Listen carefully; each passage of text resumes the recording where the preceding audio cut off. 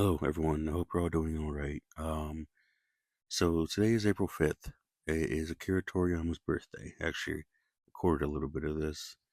Kind of dragged on a little bit, so I'm starting all over. I actually gave a small little list of characters who shared the same birthday as Akira Toriyama. But anyway, I want to say thank you for listening to this Movies with Love. This is going to be very different. I actually recorded a rest in peace video for Akira Toriyama, I guess a year ago. I guess it's been a year already. But it was weird. It was going to be like maybe 10 minutes long, 15 minutes, and I recorded it a few times. It ended up being over an hour, like an hour and a half. And I don't understand why when I try to do these recordings or these videos or these movie reviews, I try to do like 15 minutes, maybe 20 minutes, max 25 to 30, and then somehow it ends up being longer than the movie itself. Like I might as well just watch the movie and then commentate over it. Anyway, so yeah, I'm gonna try to get through this pretty quick. There's a few characters who actually share the same birthday as Akira Toriyama, and I don't want to sit here and butcher all the names, but anyway, so and I'll name about three of them that I can actually pronounce, which is um Ishizu from Naruto, the Egyptian character with the white robes. Yeah, Gao from Final Fantasy VI. Tazuna, I believe Tazuna was the bridge builder, I believe, in Naruto, and Yamakaji from One Piece. I believe Yamakaji is an admiral. I think could be wrong. But anyway, there's just a few anime characters that share the same birthday as Akira Toriyama. So yeah, anyway, this is the first birthday with Akira Toriyama. Not here, unfortunately. So I wanted to make a video about Dragon Ball the series anyway. So I suppose this would be the perfect time to talk about it. This is gonna sound like a very odd video once I get into some of these topics. I'm gonna talk about the different projects and just my few experiences with them. And then I guess I'll talk a little bit about, or a lot about the forms, the transformations of Dragon Ball Z, of Dragon Ball. Um, so yeah, just so you know, I'm going to be talking about it in that order. So I'm going to be talking about Dragon Ball last. I'll start with Blue Dragon. I remember I was in GameStop. No, yes, I believe it was in GameStop, but I saw a Game Informer. For those who don't know what Game Informer is, it's a magazine that we used to get about video games. And when they came out, before social media and all that, we had magazines called Game Informers, and it had the newest consoles and all the new games, and they had like funny quotes from game developers and game studios, and they would show pictures of the games and what features. It was cool, with features. But now you can just look at videos and stuff. Before that, we had magazines. So I saw Game Informer, and this Game Informer had this interesting picture of like a kid Super Saiyan 4 Goku. And it was called Blue Dragon, and I liked the Dragon Ball aesthetic that was in Blue Dragon. So I was like, I can't wait for this game to come out. So for years and years, I looked for the game for years and years, looked for it, couldn't find it. So after so many years of looking for it, I was like, why have I never found this game yet? So I Googled it. We were already like maybe two consoles ahead already. But I looked it up, and it was only for Xbox. And I was like, I never had an Xbox. That's why, because I was never looking in that section. I believe, yeah. So I never found. So I had a PlayStation at the time. Anyway, so at least I believe that's what happened. Yeah, I think that's what happened. But yeah, so Blue Dragon, I always wanted to play that game. I was so excited. His other project, Chrono Trigger. I was in California. California so big. I don't know what part I was at, but I was in some part of California. I met my cousins for the first time. Two of my many cousins. I miss them. My uncle. It was my uncle, my female cousin, and my male cousin. McNeil and Shanice. And sadly, my uncle. and my cousin Shanice passed away. Anyway, so I met them for the first time. Went out to California, met that side of my family, met my dad's brother. So I was out there, and they were up all night playing this cool looking game with this dude with the red hair and a sword. And I was like, "What is this?" Turns out they were playing Chrono Trigger. I was like, "Why does this look like Dragon Ball Z?" So that's my memories with Chrono Trigger. Unfortunately, I watched them play bits and pieces, and I guess they started all over at some point, and I just saw bits and pieces, and that was my memories with Chrono Trigger. Always thought it was pretty cool, though. Um, that night, actually, that I discovered Chrono Trigger, it was actually the random side note that has nothing to do with what I'm talking about with the subject, but that night I actually had a actually it was the first time I was suffocating in my sleep. I just woke up and had a panic attack. I was like, "What the heck?" So then I woke up and I was just like, "I need water," So they ran and got me a cup of water. My cousin was like, "You need to keep this here," and I was like, "Yeah, I'm gonna keep this water here." And ever since then, I would sleep with a cup of water next to me every single night until I was like in my adult years. But yeah, that was that same night that I discovered Chrono Trigger is the same night that I ended up having that problem that started. Anyway, there was a third project. Oh, I believe it was Dr. Slum. Was it Dr. Slum? I don't know too much about Dr. Slum, but I do know that Rayleigh was in there, I believe. And I remember when the first time I watched Dragon Ball and I saw Rayleigh, and like the way Raleigh was fighting with Tao, General was it Tao? Yes, I believe it was Tao. And they were fighting. I saw how overpowered Raleigh was, and I was like, "Yo, this girl is like Omega powerful. Like, I think she's Dragon Ball Z level." And I say that because Akira Toriyama and I actually have very similar ways that we tell our stories. Very similar ways. It's just funny. It's very, very funny. But he and I, we definitely had a connection. He and I definitely had a connection. But anyway, I won't get too much into that. But I saw Raleigh and I was like, I know that she's Omega powerful. She can probably beat like anybody in the show. And later on in Super, and during that filler episode when they fought a Raleigh and Goku in God mode and Raleigh was still throwing hands, I was like, yeah, yeah, this looks about right. Sometimes you just instinctively know. But anyway, just know. Oh, I am Setsuna. I was so excited to hear about I am Setsuna, and I really wanted to get that game. It was, I think it was a not a side scroller. It was, I believe it was a bird's eye view RPG that Akira Toriyama kind of made, or it was for PS4 and everything. It was modern. I am Setsuna, but there was something very small. There was a small reason why I never got that game, but I really really wanted to play that game. I am Setsuna, and unfortunately I never got to it. But yeah. All right, so now look at that, 8 minutes in, and I'm supposed to be closing out the video now. So now I'm starting with Dragon Ball Z. So now I actually got into Dragon Ball Z when I was a child. Um, Went to California and met a different set of cousins from my mother's side, and we had a few. They had a few toys, and they had a few VHS tapes. And every morning, we would watch Dragon Ball Z on the Spanish channel because they would be further ahead than on the, I believe, Toonami at the time. So, yeah, Toonami they would be in the Saiyan saga, and then in the Spanish one, they were in the Ginyu Force saga.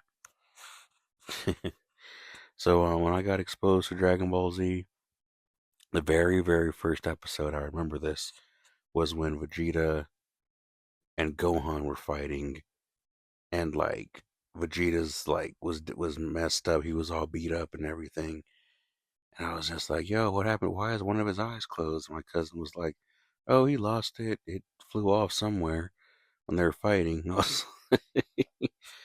like, "Oh, okay, I guess." That was the first exposure I had to Dragon Ball Z. But when he wanted to show it to me, I was like, okay, let me see what this is about real quick and see if I might like it. Maybe not. I probably won't, but I'll give him, whatever. Yeah, he showed it to me. So we had the tapes, and we would repeatedly watch the three VHS tapes that he had. He had the VHS tapes with Frieza when Goku did the Spirit Bomb. Then Goku first went Super Saiyan, and then he had the tape when Gotenks went Super Saiyan 3 and fought Super Buu up into the part where Gohan shows up. And I remember we were just stuck on those. Oh, and then another 3 episodes was when they were preparing for the Cell Saga, and then Goku and Gohan were like Super Saiyan and they were chilling. So between like those 9 episodes that we had or whatever, 10 episodes, we would pretend like we were the Dragon Ball Z characters, and then we would rehearse the lines. We would memorize the lines, and we would pretend to be different characters. It was always crazy. The person who picked Goku had to stand there for like 30 minutes and raise their hands up to the sky for the entire length of the episode. So we would watch the episodes and actually mimic the episode as it was happening. It was fun. So anyway, that happened. Then my cousin got Legacy of Goku for Game Boy Advance. I think I got Sonic Advance, and my cousin got other cousin got Scooby Doo, and Harry Potter. Somehow she got two. So anyway, that happened, and jump ahead years later, I got internet. I got internet access. I didn't have internet myself. I was in California again, in Norway or something, Norwalk, whatever, however you pronounce it. Sorry, but Boardwalk. Anyway, so I was out there and had internet access, and I was looking at AMVs. And then when I was looking at again, people may not know what AMVs are. They're animated videos, but yeah, people would get TV shows and they would get animes and show and cartoons and things, and they would edit them and they would put music over it, and they'll play a whole song, and they'll have random videos of the show or the movie or whatever. YouTube destroyed that, said that piece of history on YouTube because of copyrights and all that. A lot of musicians had to get their copyright to their music, and it messed up a lot of things. So but yeah, a few AMVs are still out there. But I remember that's when I first discovered Linkin Park. Also, Linkin Park did a AMV video for Broly, and I was like, "Whoa, this is crazy! Wonder who this Broly dude is." So I watched the first Broly movie, I believe. I believe it was the first Broly movie, something like that. I was like, it was like I don't think I could watch the whole thing because all the pieces were on YouTube or something like that. So I just saw bits and pieces, and I was like, oh man. So then, I was like, you know what? I'll catch it sometime. So Tsunami would hit, and as I grew up, every now and then I would catch a movie, Dead Zone, Turles movie, you know, uh, History of Trunks, just yeah. So anyway, a few episodes here and there spread out. Then eventually I got played Dragon Ball Z Budokai, then Budokai 2 and Budokai 3, and went from there. Jump ahead to 2006 or 2007, and the weekend hits. This is me in middle school. Get out of school, and then I end up going to the mall with my mom, and she's like, "We're all get you a movie." I was like, "Okay, cool." Go to this go to the shop called Sam Goody. Sam Goody was one of the best shops ever. Like like no stores got it on Sam Goody. Sam Goody, when it came to music, when it came to CDs, when it came to the decor, the attire, the t-shirts, the anime, all of it, even the X-rated, all that stuff was still like all of it was there, all the media. So went to Sam Goody, And I was like, let me watch these Broly movies real quick. They got Broly's on DVD, you know? So I got the Broly movie, and the guy is all like, yo, on Tuesday, season 4 of Dragon Ball Z comes on DVD. I was like, what? It's like, they're not on DVD? It's like, no, they're remastering the series. I was like, okay. So he was like, I could hook you up. I got some in the inventory in the back. Like, technically, I can't sell it, but he's like, I'll hook you up, if you really want to buy it. But it's not on the shelf. I was like, okay, can we do that? So, my mom's like, okay. I was like, sweet. So I looked at it and it had like the Android Saga and Garlic Jr. and uh, something else Saga. And I was like, what? I was like, 32 episodes and they went to the androids and Cell and all that stuff. And I'm thinking it's the entire Cell, androids all the way to Cell. No, it was just up until they introduced 17 and 18, then it stopped. And I was like, okay. But I got season 4 early, 2 days early before it was officially released. And I was so happy and I thought I had bragging rights. But then by the time I went to school, it was Monday. The next day it came out. So it was like, well, it had no one to brag to at that point. So I actually watched season 4 religiously first. And then over time, I got the rest of the seasons of Dragon Ball Z and religiously watched them for the first time. I actually skipped a whole section before I even watched the Broly movie. Before I even got those DVDs, I actually watched Dragon Ball GT on a website called DBZ Zone, and I watched the entire series of Dragon Ball GT first. And I fell in love with GT, and I loved it, and I was very emotional at the ending. And I was like, more, and they said Dragon Ball AF, and I made my own fan fiction story ideas of Dragon Ball AF.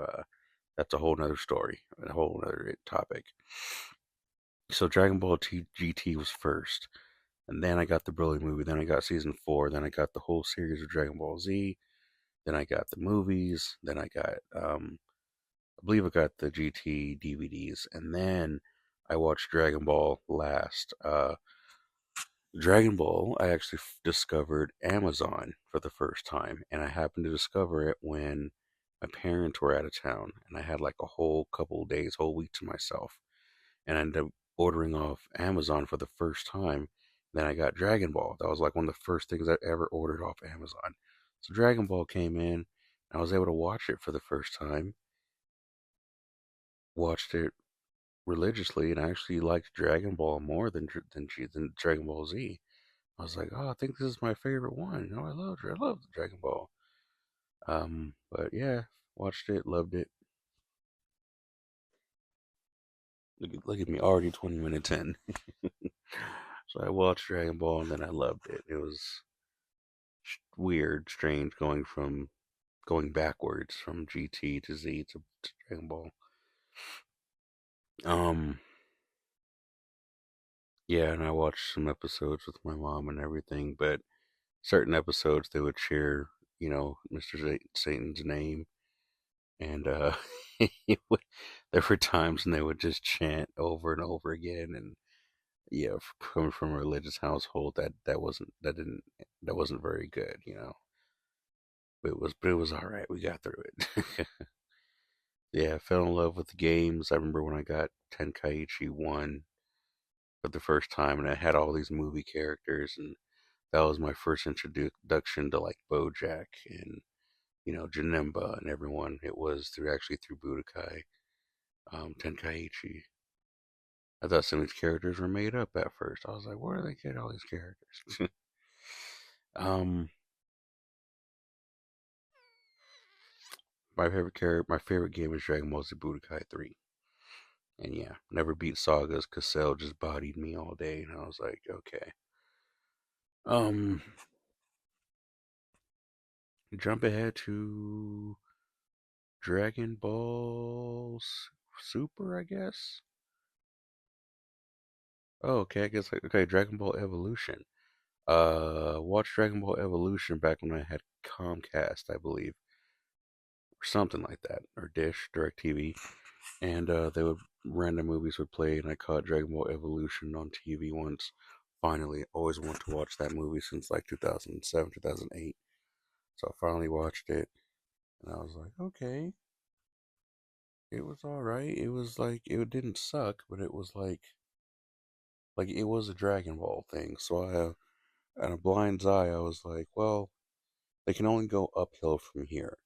They're just kind of throwing some Dragon Ball stuff out there. They're going just getting through Dragon Ball, but when they make the sequel, when they make the next ones, they'll know their mistakes and they'll be better. And they never continued it. So I was like, okay, well, yeah. Something interesting. The character that played Goku and Bulma were actually the couple in a TV show from Showtime called Shameless. Justin Chatwin was Goku, and Emmy Rossum was Bulma. Yeah, they were. I think right after they did that show, Dragon Ball Evolution, they got picked up, I believe, on Shameless. But Shameless didn't air until actually 3 years later. But yeah, anyway, so yeah, guess I can talk. So when Battle of the Gods came out, I was like, oh, Battle of the Gods, and I watched it, and Beer showed up, and the dude shows up, and Whis, and I thought it was cool. I thought it was pretty cool. I cherished that copy that I got of Battle of the Gods, and everyone kept spoiling it. Goku goes Super Saiyan 3 and gets flicked and everything, and I was like, I won't watch it. I was able to avoid the spoilers for a very long time. Then I finally got it on DVD, and then I watched it like the first night, and I fell in love with it, and I was like, oh man, Beerus, this dude is like, yeah, there are other universes out there with warriors even stronger than us. And I was like, they just like opened up a whole new possibility. They opened up a whole new door for Dragon Ball. I love that. Jump ahead to Resurrection F. I stayed away from like the internet for I was able to avoid spoilers like crazy from that movie, from Resurrection F. I didn't know who F was. I didn't want to know who F was.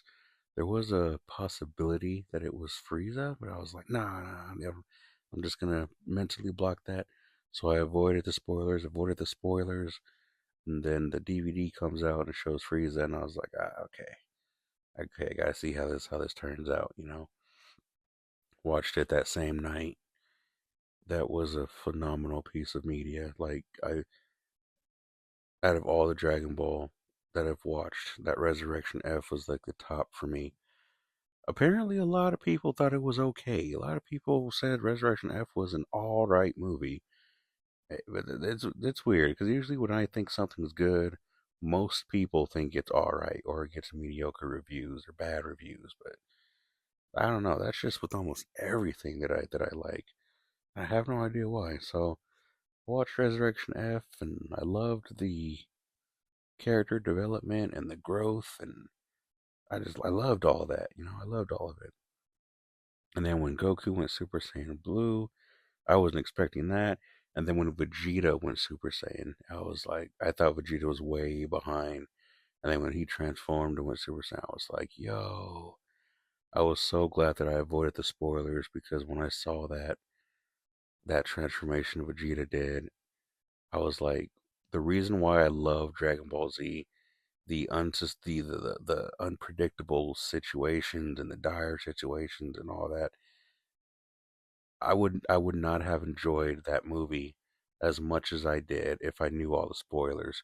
So when I saw Resurrection F, I went in blind, and when I saw all the new transformations, I was like, I was blown away. So I love that movie, and yeah, there was one time in history. I forgot about this when I woke up and I thought there was a TV show called Dragon Ball Z GT.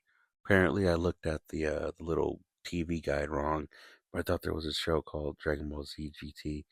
It ended up being the last episodes of Dragon Ball Z when everyone was like teenagers and grown up, and Gohan had Pan, and Trunks and Goten were growing up, and Goku fought Oob. I thought that was a completely different Dragon Ball series at one point, and it was like, no, it's the end of Z. I was like, ah, okay.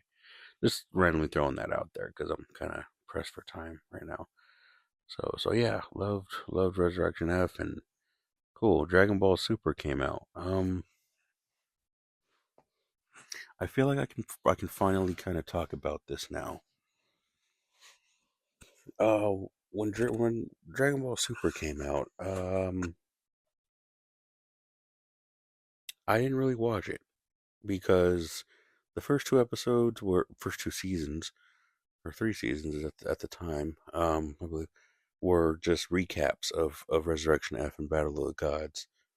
Um,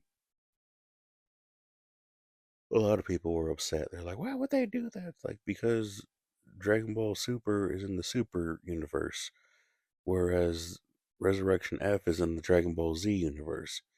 You gotta understand the difference that Z and Super technically are different because where Dragon Ball Z is like an anime type deal, Dragon Ball Super is basically a continuation from the manga. So there are going to be some inconsistencies, some differences, or seemingly different, plot holes that were different from the Dragon Ball Z anime than there was in the Super anime because the Super anime is more um, loyal to the manga. That's why. So Trunks' hair being different is one of them. Bulma having her sister Tights is another one.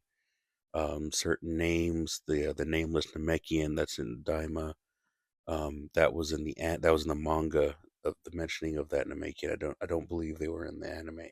They were mentioned in the anime as being King Piccolo's father. But anyway, it's just little things like that. So, um, yeah, like Hercule's name, um, Bulma's mom's voice actress, who actually sadly passed away a few days ago. The actress who did Bulma's mom. Let me see. I think I took a picture because Briefs was actually a translation of Bulma's name. It's not actually Bulma's last name. It was just like a dub translation or something like that. So it looks like I didn't take a picture, but I thought I took a picture, but it showed Bulma's mom's actual name. Oh wait, is this it? Oh, there it is. Yes, her name was Yoko Kawanami, and Ran, Ran fan. Wow. Wait, no. Okay, it just says Bulma's mom. And Ran fan. Ran fan is a different character in Dragon Ball. But yeah, she was 67 when she passed away. So yeah, rest in peace and rest in Yoko Kawanami. Anyway, so yeah, so yeah, so Dragon Ball Super.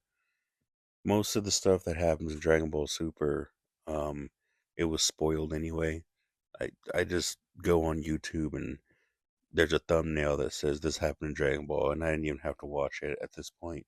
So I knew mostly everything that was going on in the whole series without having to watch it because of how much it was in my algorithm.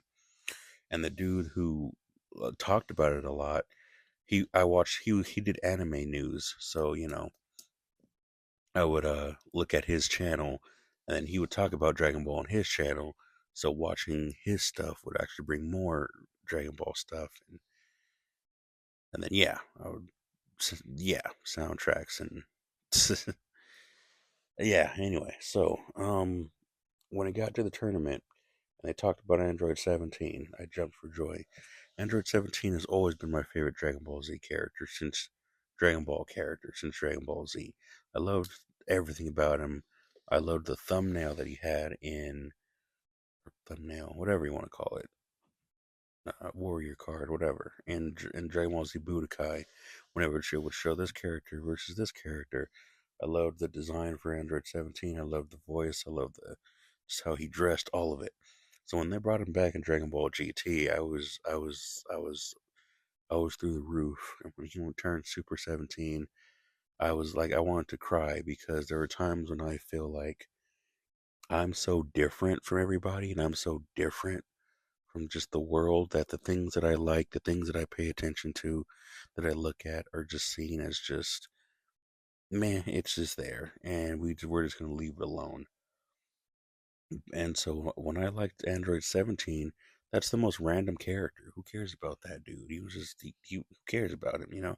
So when they brought him back in GT, I was happy. I was like, yo, like no matter how significant something seems, there's always the possibility of it growing into something much, much bigger.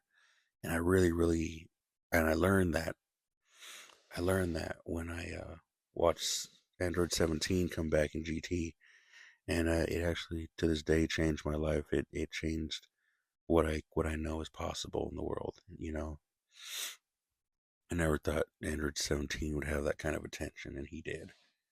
You know, and I loved how he went out at the end. um, so when he came back in Super, and he had his little uniform and a Ranger, I was like, oh, okay, so I guess Android 16 didn't make it, and I would assume that 17 became a ranger to look out for the forest animals as like a dedication to his brother, Android 16. So, you know, I was like, okay, yeah, that would make sense. At least that was my theory. And then later on, in Sparking Zero, they revealed that, yeah, that's why he became a park ranger. I was like, oh, okay, see, I know. Um, so yeah, funny story. I wrote when I after I watched Naruto, played Naruto, Ultimate Ninja Storm 2. I got into Naruto after that. I started watching it. Cool. Well, it motivated me to actually go back to an old story that I wrote called Kyo, and I actually wrote this story based off of Avatar: The Last Airbender and Zatch Bell. The premise of the story originally, the moon goddess granted 100 people abilities, and they all had to fight to see who would win.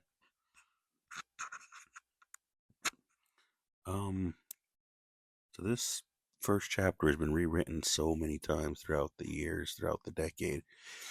But I wrote the first book eventually of Kyo. Done. Cool. Wrote the second book. Done. Cool. Had all 5 books planned out of what was going to happen, who the main villain was going to be. All 5 books were planned out ahead of time. Boom.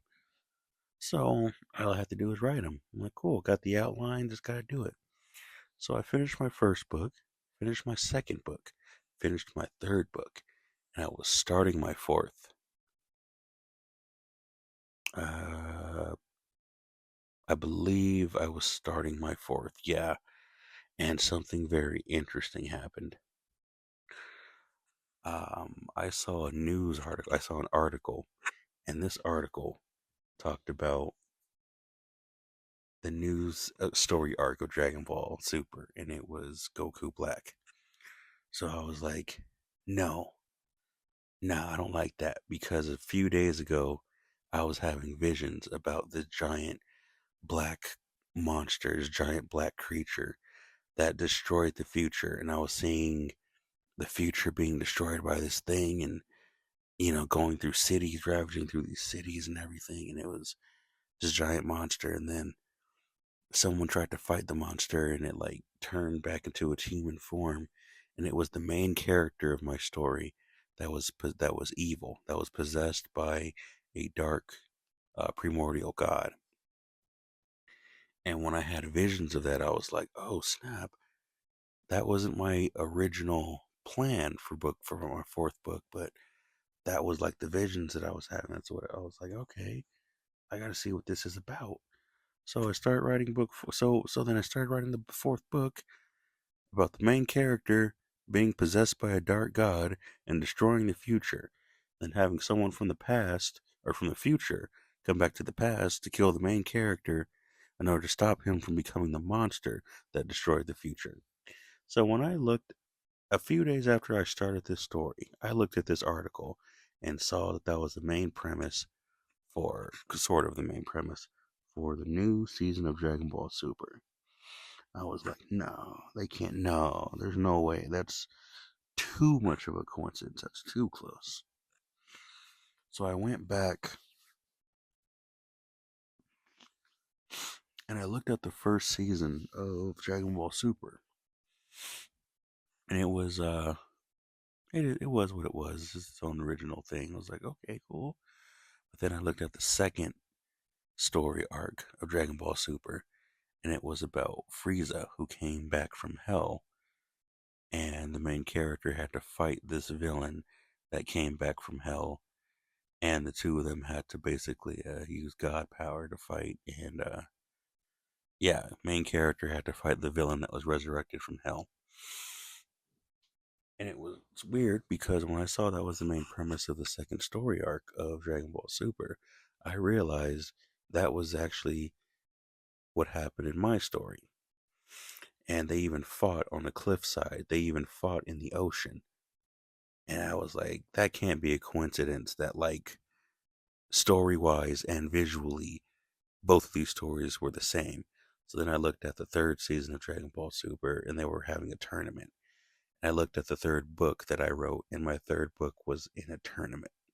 So then when I realized the fourth book, it was both Akira Toriyama's Goku Black arc was the exact same as what was unfolding in my story. So I was like, there's no way that our story is completely perfectly lined up in the exact same order. And I started my story years prior to Super ever coming out. But it took me so long to write that at this point he had his written out, formatted, animated. It was already out there. So I was like, what? When that happened, I worked so hard that I got discouraged from ever publishing. But that's in their story. When that happened, I was like, whatever plans that I have for my fifth season of my book, I'm going of the story. I'm going to cancel them and restart them from scratch. So my original plan was, he fought like the four main character fights like the four horsemen people, and then he fights the main villain, and their fight is so epic that it partially splits the world, and they find this magical gem and they use it to bring the world back together, and the main characters get their wish and the story ends. So I was like, that's what's gonna happen. But then I was like, you know what? I'm gonna stop it right there. I'm gonna change all of my plans, and I changed it to the part where there was an old ancient god that decided to judge the world and say, I'm gonna destroy the world, or take over humanity. But there's gonna be a tournament, and this tournament is gonna be one side and the other. Whoever wins the tournament basically, you know, decides the fate of what's going to happen for the future of mankind, of humanity. So then I changed it, and then the Tournament of Power came out, and I was like, whatever. I changed my original plans, and somehow what I changed my plans to, like a year later or something. So, Dragon Ball Super came out with that Tournament of Power, and I was like, so that it's yeah. So after I finished my Kyo Nakamoto story, that bothered me how close our stories were together and how similar our writing styles were. And I was like, we must be channeling from the same space, which is how this happened, you know? But I was like, I don't know how to feel about this. So I actually started another story, a sequel. And what I did is I put my original five books, I kind of just left them. And I was like, I don't know what to do because I don't know what to do with this, you know? So I just, kind of started over. But the story that I continued with, that one is actually published right now. Kyo Reborn.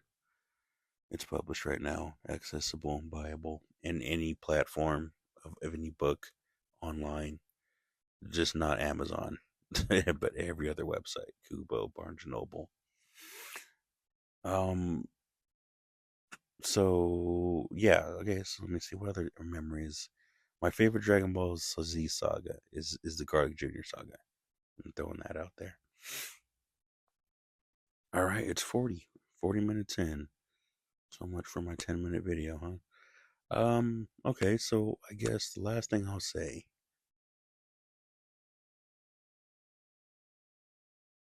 I want to talk about the transformations of Dragon Ball Z.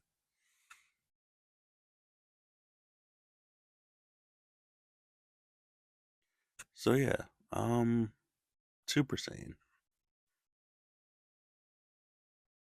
Basically, the Saiyans have these cells that are like dormant, and Super Saiyan basically like jumpstarts the cells. Basically, like brings them back to life, revives them. You can think of the Super Saiyan as more of a willpower type jumpstart, and so the Super Saiyan form is created, is born. And then once you go into like the super form with the big muscles, there's so much energy surging throughout the body that it's like, oh, where does all this energy go? It turns into muscle and mass and all that. So then Goku figured, okay, if we go into regular Super Saiyan and we just chill for a minute, then our body will be used to handling immense, immense energy levels. And then by doing that, when the next transformation hits, the body will be able to regulate that energy.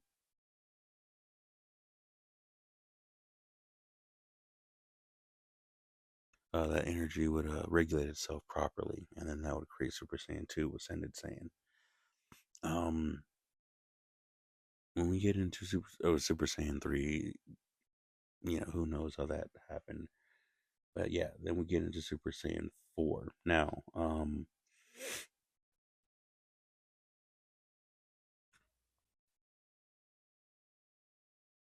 okay, sorry about that pause. There was some drama happening, and I had to pause the recording. Anyway, okay, so yeah, I want to talk about Super Saiyan. Okay, Super Saiyan God. Super Saiyan God is kind of like a jump start from the Saiyan cells, but it's more of like a second. Okay, sorry, it was a second foundation. Um, so yeah, Super Saiyan God is more of like the Saiyan cells being introduced to God Ki. Now, the whole idea or the name Super Saiyan comes from activation of Saiyan cells, basically, whereas Super Saiyan is more like a super jumpstart of the cells. Well, something along the lines of that. Of what I'm. So basically, what I'm trying to say is Super Saiyan God Ki with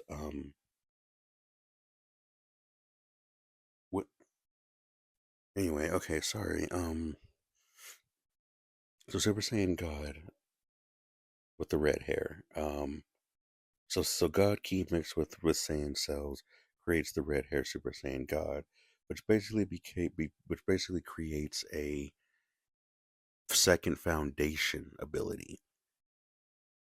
So now that you have or second foundation form, so foundation form usually is when the Saiyans keep their original hairstyle, but there's like a different color to it or something mildly different, such as Gohan in his ultimate form is actually another foundation form.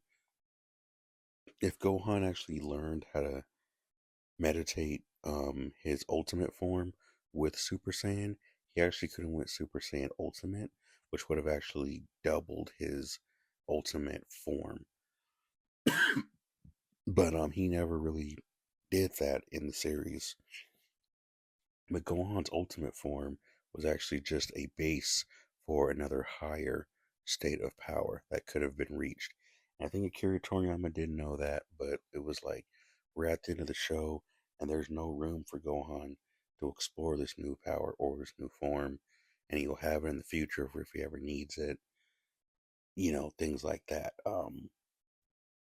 Ultimate Gohan is basically like a hybrid type of Super Saiyan human to Super Saiyan 4 type thing, but it's complicated to really get into that. So when you get into these foundation forms, you get into Ultimate Gohan, but then Ultimate Gohan's training wasn't complete, so he never fully got there yet. He just had a taste of what his full power or potential could have been, but he had to cut it short to go to Earth to save Goten and Trunks and Piccolo. So so yeah, you have this new foundation form, which is God Ki mixed with Saiyan cells, and then that activates into Super Saiyan God, basically. Now you can say Super Saiyan God because it's just a cell activation, but it's not necessarily a jumpstart cell activation. The jumpstart cell activation of the new foundation of God Ki and Saiyan cells, the jumpstart activation is what creates Super Saiyan God, Super Saiyan, which would make sense why it was called Super Saiyan God, Super Saiyan, because it's hold on, why are my numbers not going up?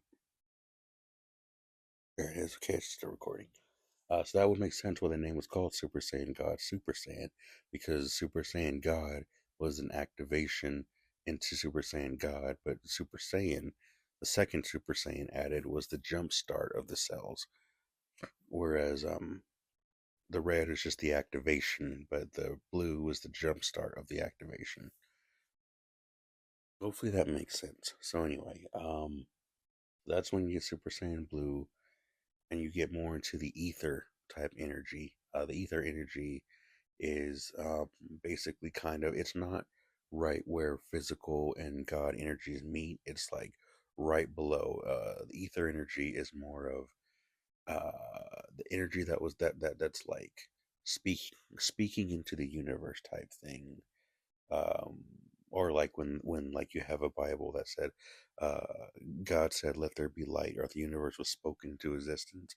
The energy that you would call that speaking into existence is called the ether energy, and the ether aura is the aura that surrounds the Super Saiyan Blue. Um, also, um, yeah, Kaioken is just a multiplier, but it's a chaotic. Anyway, I don't want to get into Kaioken. I guess what I do want to bring up is why was Goten and Trunks able to go Super Saiyan 3? Because basically you need to go Super Saiyan 3, you have to have like a certain amount of Saiyan in you, certain amount of Saiyan cells in you. So Goten and Trunks were both half blood, so 50%, 50%. So when they actually fused, it's not that they were just like 50%, 50%. Like maybe on like a percentage ratio, they still were.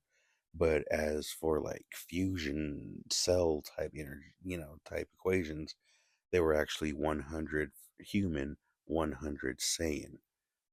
So they had enough Saiyan cells between the two of them that could activate into the Super Saiyan 3, which is how Goten was able to go Super Saiyan 3, but why Goten and Trunks or Gohan can't go Super Saiyan 3 because they're only half Saiyan.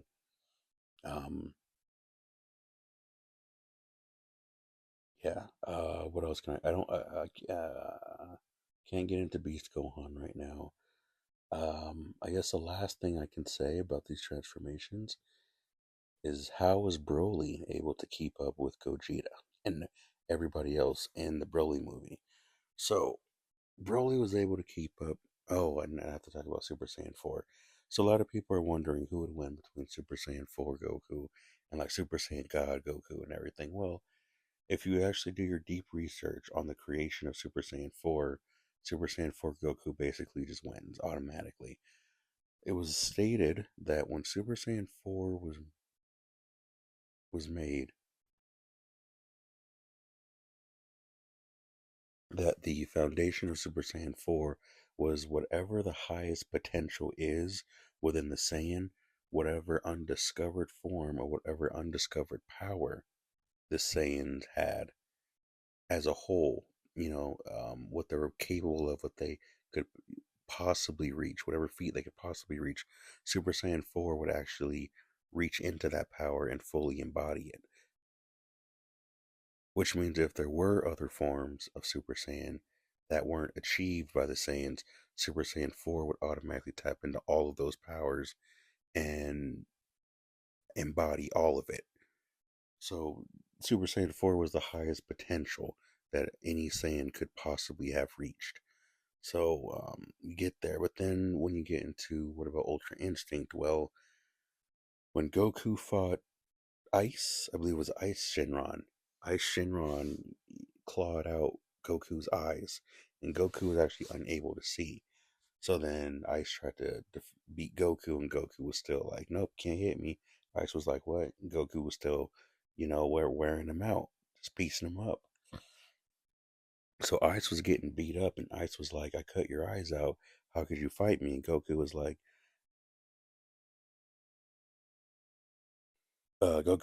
"Yo, if you cut my eyes out, or if you take one sense, then the other senses are stronger." Basically, he says he knows how to use all of his senses, and he doesn't need his eyes to fight to win in a fight. He doesn't need his eyes. He can instinctively know his enemies. He instinctively knows what's going to happen, and he can fight without sight at all. Um, you can argue and say that was a type of mastered Ultra Instinct. Um, So yeah, you could say that in GT, Goku actually mastered Ultra Instinct by using that technique. So that's why I would say that Goku Super Saiyan 4 would even beat Ultra Instinct in that case because Goku actually mastered it, same as how Whis mastered it. Um, so now I'm get Gogeta. Why was Super Saiyan 4 Gogeta's hair red? So when Goku goes Super Saiyan God, uh, his hair turns red. When Goku was hurt when he was fighting Sin or Omega Shinron, you need the energy of 5 pure-hearted Saiyans. And at that time, Goku was hurt, and everyone gave Goku their energy. So that was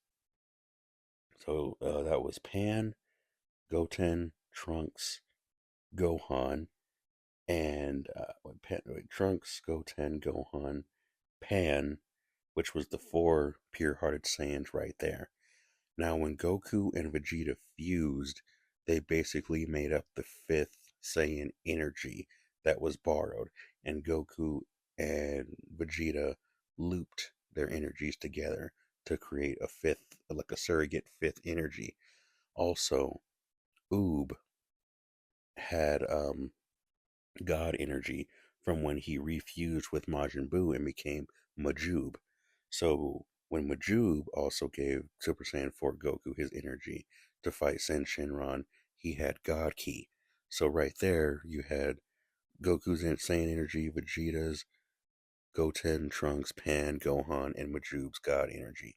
So when they fused and became Gogeta, all of that energy surged into Gogeta and basically turned him into Super Saiyan God,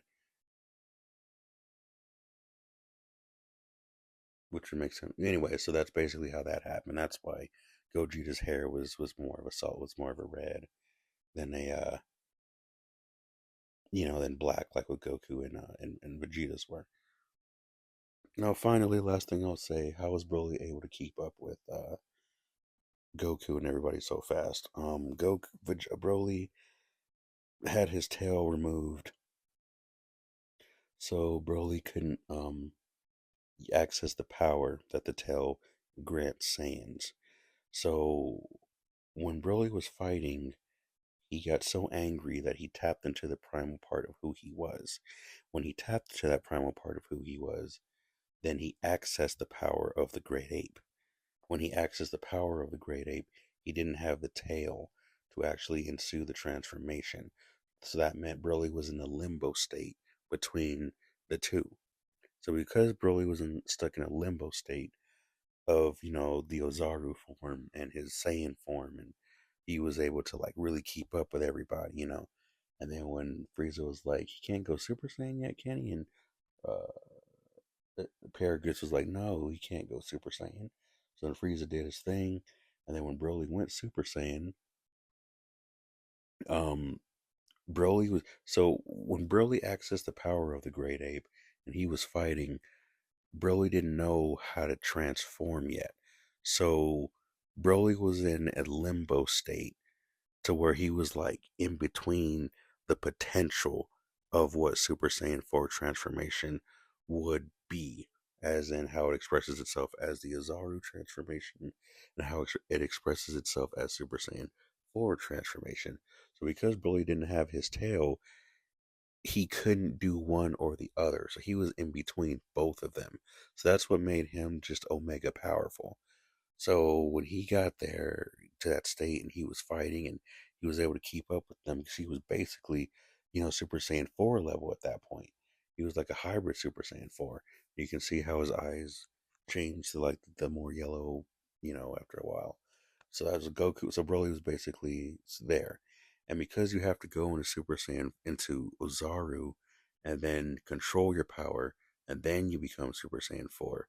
Well, Broly didn't fully transform. So he was in that calm state.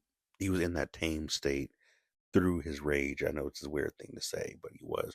So that's how he was able to just basically tap into that hybrid Super Saiyan 4. So once he tapped into that chaotic hybrid Super Saiyan 4, which is another foundation uh, transformation, after he saw Paragus die, then Broly went through his Super Saiyan transformation. Well, Super Saiyan is a 50% multiplier of the base of form that it's added to. So when Broly went Super Saiyan, he didn't just stack his Super Saiyan onto his regular form. He stacked his Super Saiyan onto his hybrid Super Saiyan 4 form. So because that happened, he basically went Super Saiyan 4 Super Saiyan. And that's how he created that's how he became the legendary Super Saiyan that he did in the Broly movie. He stacked Super Saiyan onto Super Saiyan 4 and doubled its power. So that's why Goku and Vegeta had to do their fusion to do what they did with Broly, to get with Broly and all that. And that's how he was able to keep up so fast, so to keep up so quickly. Um, and as they already stated that Super Saiyan 4 was stronger than Super Saiyan God because whatever potential a Saiyan can become, the Super Saiyan 4 power taps into that and fully realizes it by default. So that's what happened there. So that's how Broly was able to keep up so fast. When Gogeta used his Soul Punisher on Janemba in Fusion Reborn, Janemba was evil, so that's why he died so quickly. But when Gogeta used Soul Punisher on Broly, Broly wasn't evil. He didn't have an evil soul. So that's how he was able to take that blast in that movie and still live. Um, yeah, so there's that. Um, I don't think I'm missing anything else, but those are some transformations. Also, if by any chance someone Toyotaro reads all of this, listens to this, I think they should cancel Super or finish Super. But I think Toyotaro should create Dragon Ball AF based after GT and just start from scratch and just move on from there. Toyotaro made the fan fiction of Dragon Ball AF from what I read, and Akira Toriyama was like, "Oh, you made the Dragon Ball AF fan fiction, which originally stood for April Fools." Everyone thought it was After the Future, but it was actually April Fools. But Toyotaro wrote a real manga, and I actually have a paper that has all the names of the sagas somewhere. But yeah, I think that Toyotaro being in charge now, he should realize Dragon Ball AF and go ahead and just do his own thing now. Thank you for listening to this 10-minute review, and happy birthday, Akira Toriyama. And this is a video for him and everything. Um, Maybe in my description I will write down the list of the sagas that Toyotaro made for Dragon Ball AF. But yeah, thank you for listening to this, and you guys enjoy the rest of your month. Have a good day. Oh, never mind. I actually thought I'd check my pictures and I found it right away. So, Toyotaro made 413 chapters. So, from this website, I cannot find this website again at all that had the artwork and the characters and all that. But the first saga was the Zycor saga with 33 episodes or episodes or chapters. Next was the Super Goku saga, 18. Final Battle saga, 20. The Great Saiyan saga, 32. I have that written twice for some reason. The Mystic Dragon Ball saga, 28. The Ultimate saga, 25. The Kidnapped saga, 41. 41 chapters. Wow. Um, the Mystic saga with 24. Wait. Oh, okay. No. The four. Okay, so yeah, the Kidnapped saga has 14, and the Mystic saga has 24. I'm not sure. Okay, anyway, I'm not sure why. I have two Kidnapped sagas here. One says 41, and the other one says 14. And then right after that, it says the Mystic saga with 24. The Budokai saga, 13. The Amazon saga, 11. And the Vegeta saga, 36. The Black Dragon saga, 33. The Fury saga, 34. And the Universal saga, 13. So yeah, these are the